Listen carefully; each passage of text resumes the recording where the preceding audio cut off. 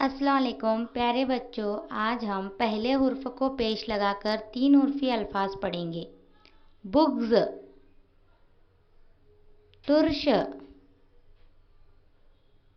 जुर्म,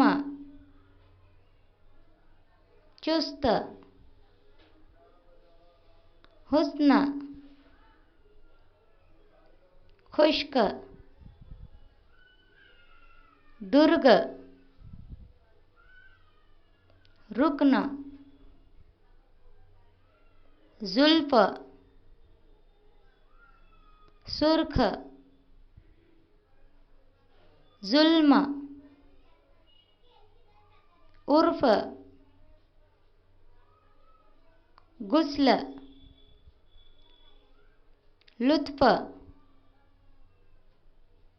मुफ्त,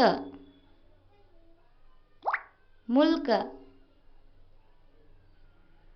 नुक्स।